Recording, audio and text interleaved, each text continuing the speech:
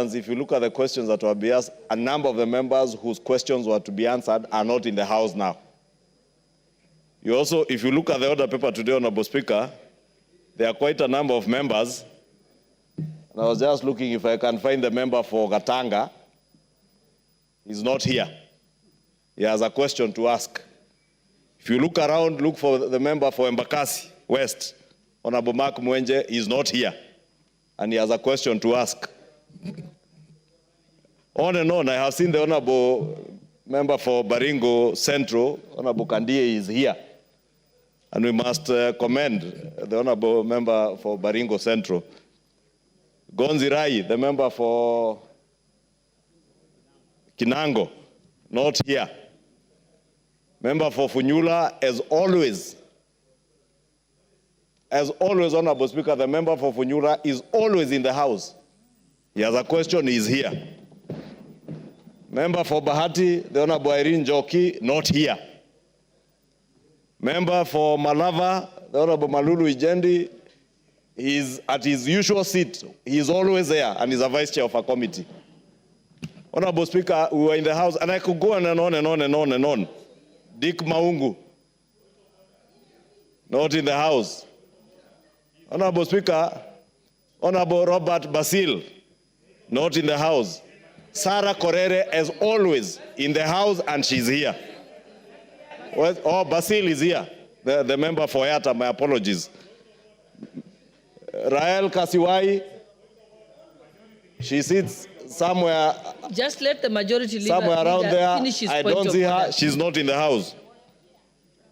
Honorable member for Kajiado South, Samuel Parashina, of course, as always, never in the House.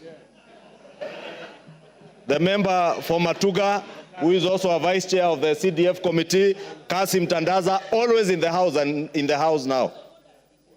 Member for Igembe Central, I am on a point of order, Honorable Speaker. Daniel Carido, always in the House. Members, he's here, Honorable Speaker. The majority leader is on a point of order. Sarah Korere, you will have an opportunity. So the member for Mwingi West, Charles Ngusia CNN, always in the House, but he's not there now. Member for Kolomani Shinali, usually on and off in the House, is not here. But Honorable Speaker, what point am I making?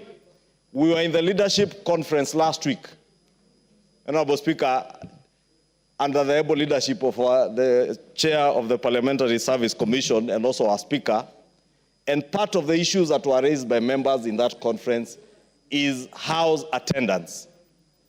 And more so, calling on chairs and their vice chairs. Honorable Speaker, this afternoon, you have had to sit there and wait for at least 10 minutes for us to garner quorum. This House has not less than 60 chairs and vice chairs of committees. We only need 50 to transact business. If we add the leadership of the House, we have 70.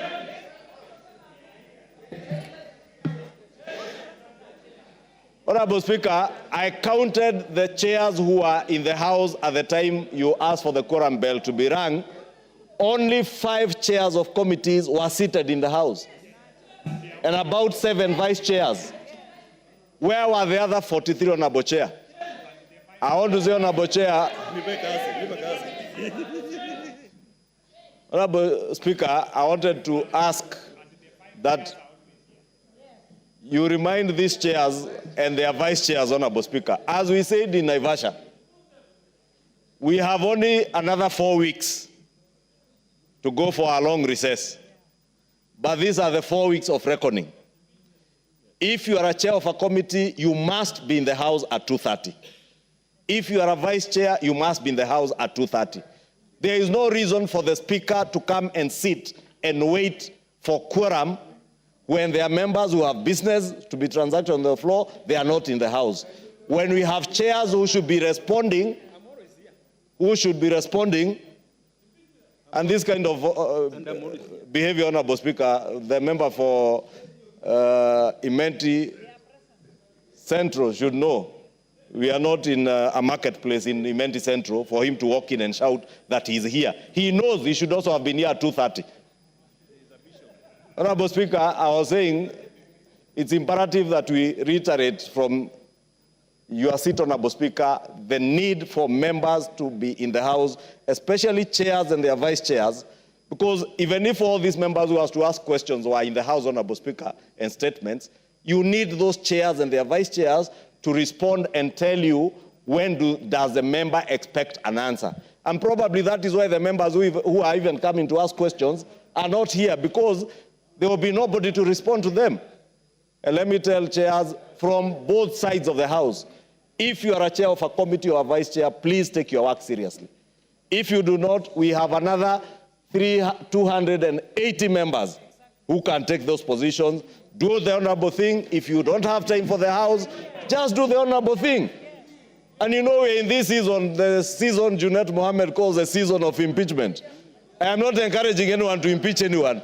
But if need be, please impeach these chairs and their vice chairs if they can't be in the House. Please impeach them. Thank you, Honorable Speaker.